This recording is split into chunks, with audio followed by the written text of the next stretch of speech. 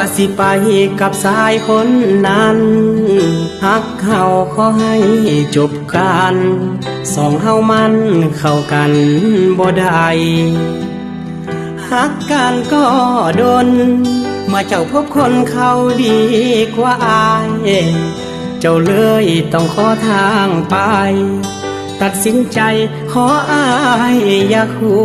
วงเรื่องหักเรื่องห่วงแน่นในสวงอายจนอ่อนอ่าง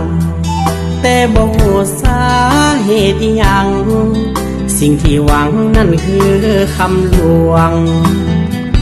ไปแบบบ่แค่ถือคนตอแหลคือเจ้าหลอกลวงปันถือคอนบินอยู่คว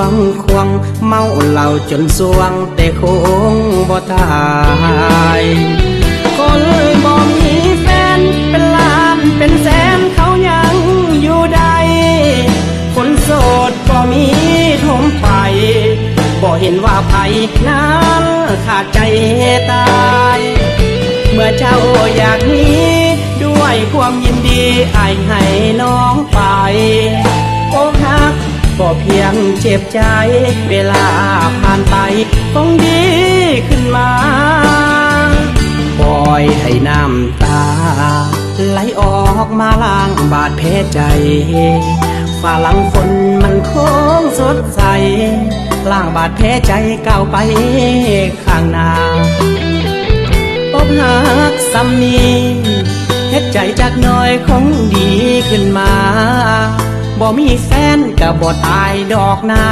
เขาว่าอกหักดีกว่าหักบ่เป็น